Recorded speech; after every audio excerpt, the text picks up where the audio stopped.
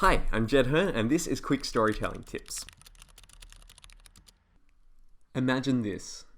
You've had your book published, your first novel, and you open the Goodreads page for it, and there, on page number 1, is a glowing 5-star review.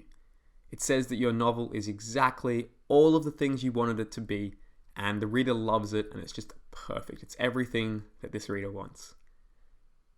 We'd all like to have that as writers.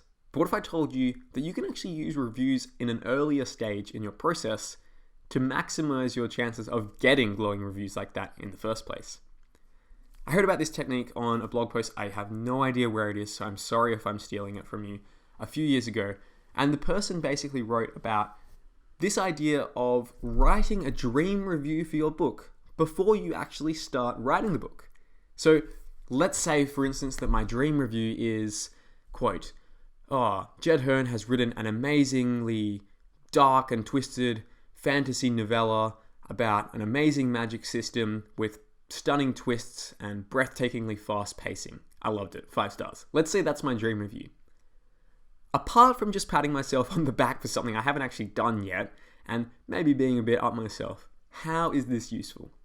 Well, what this has given us is the intended emotional experience that we want our story to produce in the readers. We want them to focus on these things, and our story will be successful if the readers have felt these things.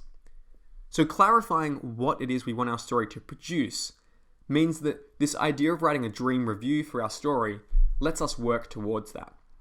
So an architecture example here, as an architecture student, I use a lot of architecture examples, would be the idea of a designer intent. So this is something that I would often write before an assignment, and it would basically lay out what I want my design to accomplish.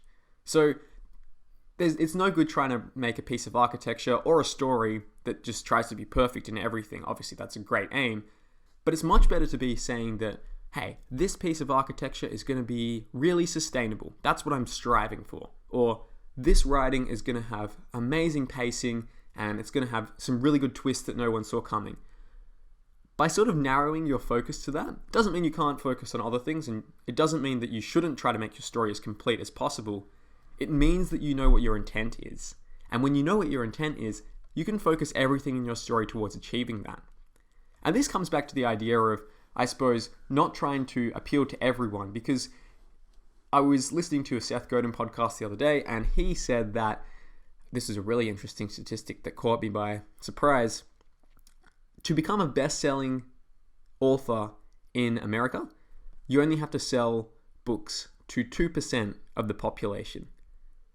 Actually, no, I've got that slightly wrong. It was the best-selling book in America in any given year never is read by more than 2% of America's population.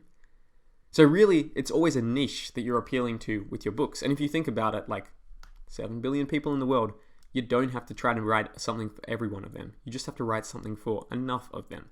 And writing an ideal review for how you want your book to turn out means that you can evaluate your book using it as a criteria.